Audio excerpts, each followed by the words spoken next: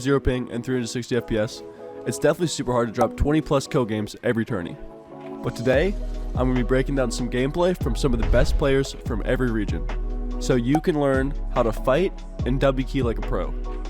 Make sure you stay until the end, because I saved the best W keyer and fighter for last. Before entering a fight, you're always going to look for that big entry damage. That's why a lot of pros hold snipers this season. Notice when he goes up to his opponent, he's holding his builds out in wood, just in case his opponent edits on him.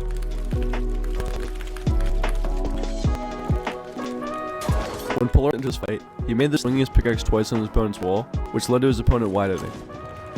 Luckily, Polarized being smart enough, edited his cone, and got back out.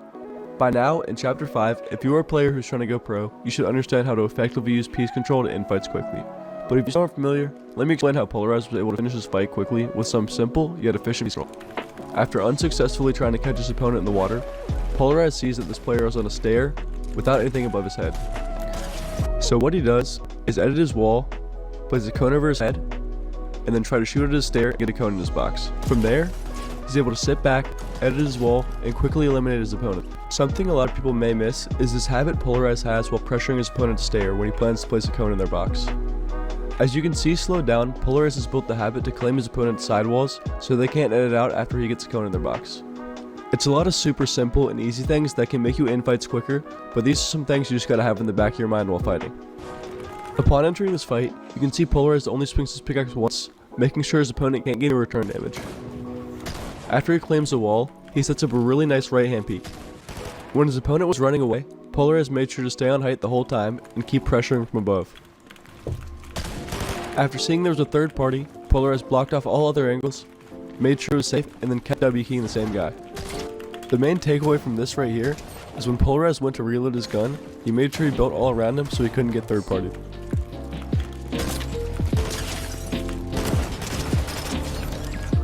This clip is exactly identical to the clip we just saw by Polarized. As you can see, Rezon gets the roof, sprays a stair, places a cone, and gets an easy kill. In this clip, Rezon full boxes his opponent, leaving him nowhere to go, and quickly ending this fight. In this fight, Rezon's up against a pretty good player, so what he does is spray from the back, take really peeks, and try to full box his opponent.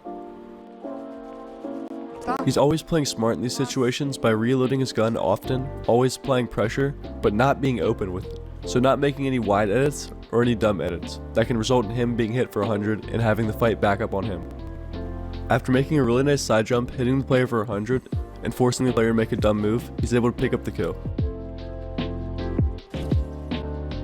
Rezon does a very good job of being patient in fights and not speeding himself up. He's always waiting for his opponent to make a bad mistake and then capitalizing off that.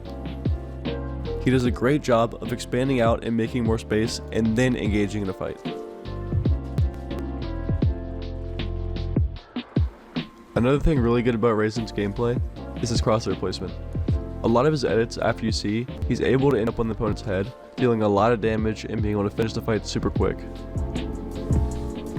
The more we go on, the more similarities we can see. And in this clip, we can see Peterbot always applying pressure and applying pressure from above when he does it. Although Peterbot's mechanics are super fast, he's still able to play super slow and play super smart. In a lot of these clips, we can see him holding his shotgun out and waiting for his opponent to make a bad edit. After his opponent does that, and he hits his opponent for a lot, he's able to fully key him and jump into his box.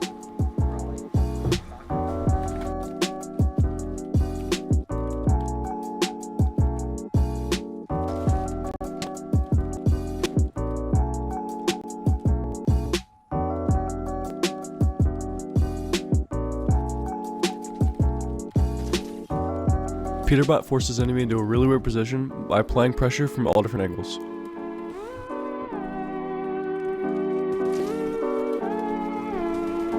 After getting his kill stolen, he's able to push Sky and apply pressure in so many different ways that this guy just has no clue where what's going to be, and he's not going to have time to heal up. Also, you can see Peterbot playing super smart, waiting for the opponent to make a mistake, because he holds his shotgun out a lot, waiting for the pre-fire or the bad edit.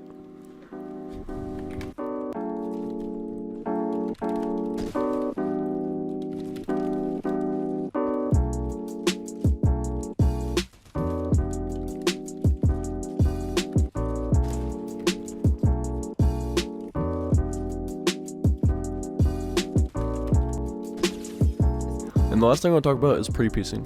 Pre-piecing is super common, and what it is just building builds around your opponent to gain extra piece control and hopefully predict where they're going to be. In this situation, Peterbout went up, placed walls around his opponent, and once his opponent went up, he was able to full box him and get the kill easily.